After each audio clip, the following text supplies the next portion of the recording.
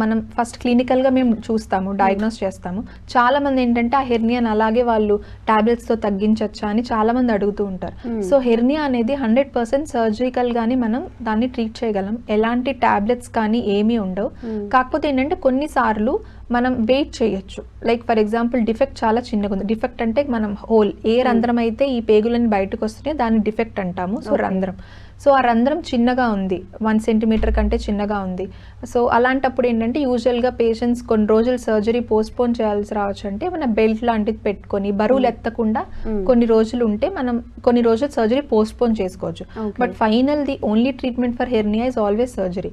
Surgery మనం open లో చేసుకోవచ్చు, మళ్ళీ అగైన్ ఇందాక మనం డిస్కస్ చేసుకున్నట్టు లాప్రోస్కోపీలో కూడా చేసుకోవచ్చు. సో అగైన్ ఇన్సిషన్ పెద్దది లేకుండా చిన్న చిన్న హోల్స్ కాస్మెటిక్ గా కూడా మనం హెర్నియాని ట్రీట్ చేయొచ్చు. ఒకవేళ మనం హెర్నియాని ట్రీట్ చేయకుండా అలాగే వదిలేసామంటే ఇప్పుడు నేను మీకు చెప్పినట్టు ఈ పేగులు చిన్న రంధ్రం నుంచి బయటకు వస్తూ ఉంటాయి. సో కొన్ని రోజులకి ఏంటంటే ఫస్ట్ అది వచ్చిపోతూ ఉంటాయి, బట్ కొన్ని రోజులకి ఏంటంటే అది స్టక్ అయిపోతుంది.